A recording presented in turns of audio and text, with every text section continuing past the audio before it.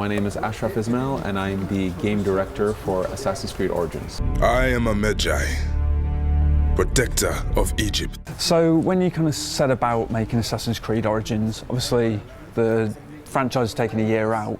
Was it always the case that you're going to make big kind of changes to the formula, or did you kind of start out more conventional? Did it kind of evolve over time? No, so we started this project 4 years ago, and the mandate that we had at the beginning of the project was to reinvent Assassin's Creed. Still making something that was an authentic AC game, but that the experience was going to be different. And when we talk about experience, our intention from the beginning was a different narrative structure, different gameplays, whether it's navigation, stealth, combat, that all this stuff we wanted to bring something new to it. Even the world, the way we build the world, the way we propose the content of the world to players. If you notice in the play session, there's no mini-map, there's a compass now. All of this was the initial intention, and it's actually at some point why we needed 4 years to make this game, because for us this was really, we needed to modernize things, we needed to bring something new, and that was the original mandate. Yeah. So were there any kind of inspirations and touchstones, other games that you kind of looked at for inspiration? Honestly, the first game we reflected on in terms of what is this new experience and where do we want to push it was actually Black Flag.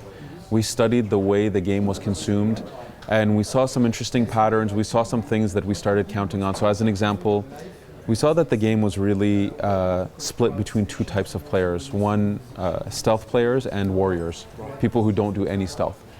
And what we felt was one is not better than the other, and they're both valid. And we should never, one, slap the player's hand for being detected, and to incentivize it even more, we felt that we should give the player more options to play in the style they prefer. And this is what actually started making us consider the different play styles, adding bows as an example, and going towards the RPG system, was that we felt that, okay, RPGs allow players to play the game they want. And underneath the hood, Black Flag had an RPG mechanism for the naval combat. And again, we saw that the amount of naval combat people were playing was insane compared to the rest of it. So we felt, okay, there's something, aside from the fantasy of piracy, and that we felt that the RPG element was also feeding into that loop of, here's a really awesome challenge, too hard for you now, but you can upgrade and get there. And so we took that concept and we said, okay, let's blow it up for Assassin's Creed. So the first game we reflected on was really Black Flag, which was our old game, and we were trying to improve some of the elements that we felt we needed to improve. Of course, we're gamers. I'm a gamer myself. We play other games and look at other stuff, but honestly, the inspiration behind this game was that we wanted to bring something new to AC, to make it a unique experience. We're not reinventing quests, we're not reinventing some of the concepts that we have, but the way they're built, the way they feel, the way they come together should give a unique experience. That's our ultimate goal, is for players to say, okay, it kind of maybe looks like AC and it feels like an authentic AC game, but somehow the experience is unique and different, and I've never played it before. That's our aim. Yeah. You said you didn't want to slap the hand of people who got caught during stealth. I mean, that was one of the frustrating things in kind of Black Flag in the previous games, is you'd be doing a mission, if you got caught, obviously fail state, game over. Does that mean you've kind of done away with fail states in Origins? Does the mission just kind of evolve if you get caught? Absolutely. Yeah. So it's beyond that. We wanted to fully assume the fact that the game state can change, and that this change should feel organic and actually part of the life. So I'll give you one example. There's, let's say, a target. This target, when you try to approach him, you can try to approach him in a very careful way, sneaking through, getting to him, assassinating this target, no problem. If you get found out, if he realizes you're coming after him, he's going to run away. And so at this point, it can fall into a chase. And you can chase him and take him out that way. Or if you're not able to catch up to him, because he's actually moving quite fast, he'll reach a military fort or a military location, and now he's going to be defended in an area. So you have an opportunity for an infiltration or a fight. The idea is a target, an NPC, whoever, can actually run away from you. They can run kilometers away. We don't ever tell you, oh, 60 meters, you're about to desync. We wanted to be away with that. But the idea was that this story went from maybe a subtle assassination or a chase to a full-blown military infiltration. And it's cool, and it should be okay, and it should actually even make sense in the world. And we allow players for some moments to actually find out this info ahead of time. You might find out that this guy lives in this place, and if he's going to run, he's probably going to run there. So you can even play with that. So we wanted to fully assume the fact that quests, missions, whatever you want to call it, objectives, can be organic, can play out differently, and this is okay. This is part of the fun. Yeah, no, absolutely. I mean, 10 years of Assassin's Creed games now. Was it kind of exciting for you guys to take ear off and take the extra time and kind of play with the expectations that people have when it comes to an Assassin's Creed game? Because, I mean, there are a lot of changes in this one that people are going to be like, wow. So I hope so. How cool was that, and was it difficult? So our objective was to bring something different, and from the beginning when we set this mandate, we knew we needed the time to do it. And we needed to iterate on things like combat. It takes time for this kind of stuff to get right. So we knew we needed the time. We knew we were going to come with something very different, and we ultimately believed in what we were making.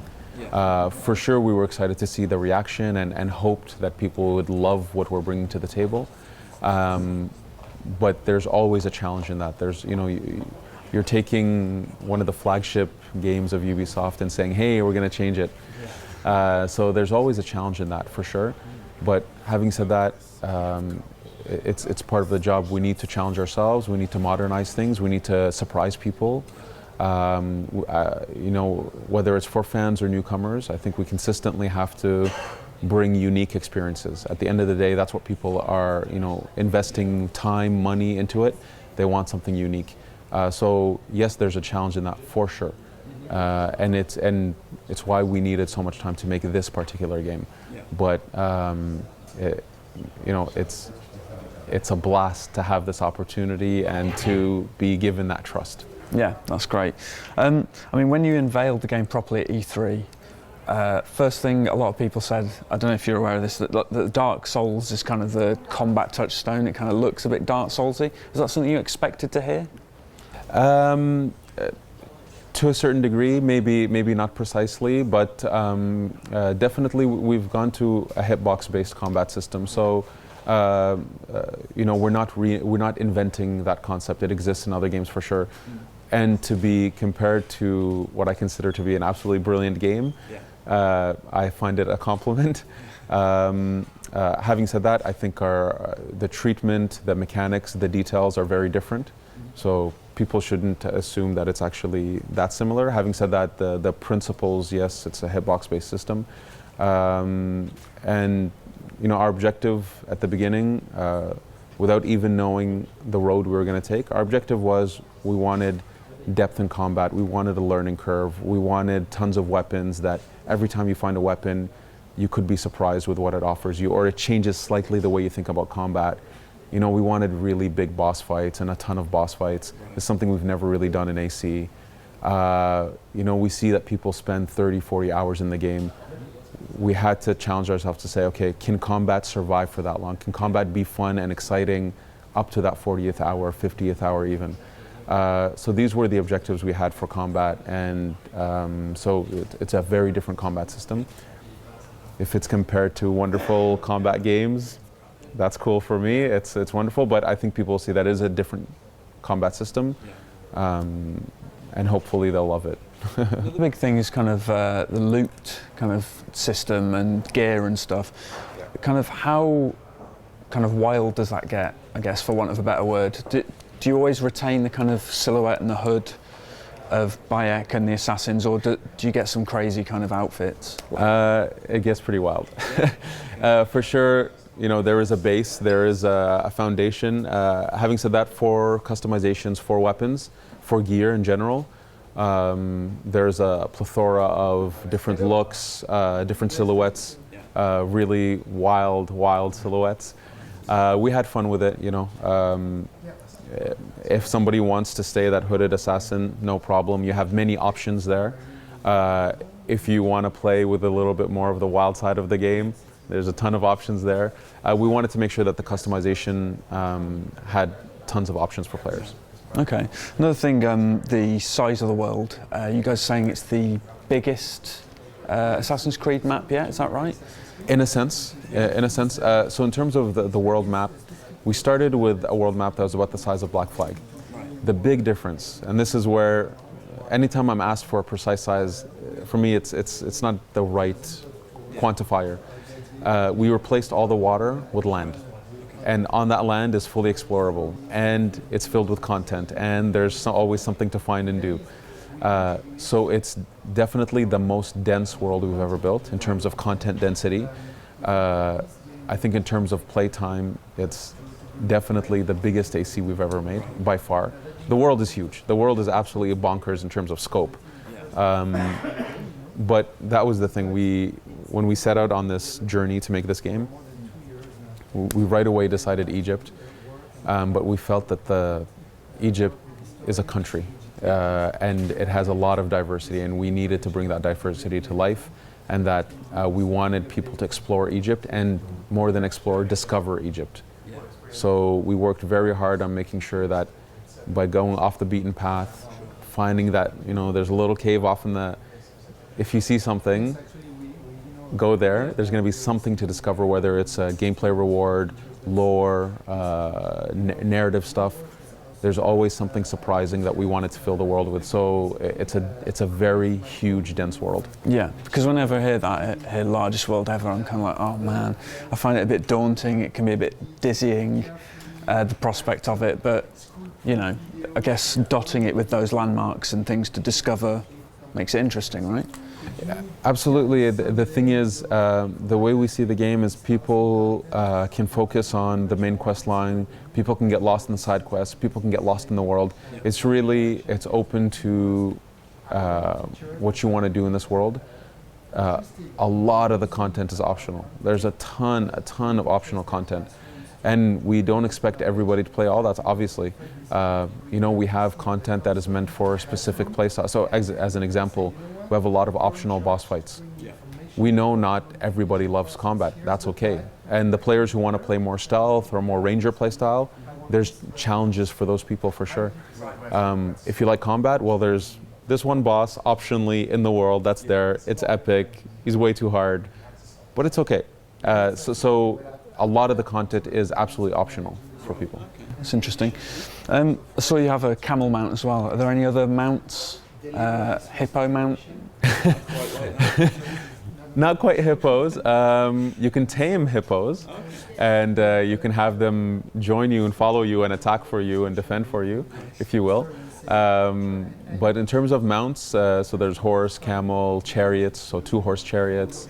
There's carts in the world, feluccas, reed boats. There's a ton of ways to navigate the world, absolutely. Pretty much any vehicle you see in the world you can take over and play with. The chariot is incredibly fun. We haven't showed it off too much in the demos, but it's there. Camels are unique. And for the other animals like lions, hyenas, hippos, pretty much all predators, and if you get the skill for it, you can tame them and bring them on the adventure with you. Nice. Presumably there's going to be chariot races as well then, if you've got chariots. Yes, there's the hippodrome. So there's the hippodrome with some racing there and some stuff a little bit outside. Awesome. Cool. So last question then. We're playing on Xbox One X today. Do you know if the 4K patch for that is going to be out to launch with the console or at a later date? So the game is going to be running as soon as it launches on Xbox One X. It'll get the update for the game right away as you're installing, and at that point it's the Xbox One version of the, I guess, like package of the game, if you will, but enhanced. So for every console, it's pushing it to the limit of the console as far as we can push it. We use dynamic resolution scaling so that we can make sure that the game is pumping out the strongest visual it can pump out while maintaining an absolutely stable frame rate, because the frame rate is what keeps the gameplay even. So we use dynamic resolution scaling for that.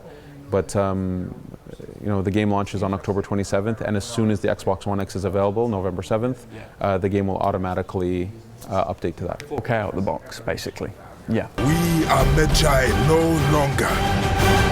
We shall be known as assassins. Assassin's Creed Origins releases on October 27th on Xbox One, PS4, PS4 Pro, and PC, and then it's enhanced for Xbox One X on November 7th when Xbox One X launches.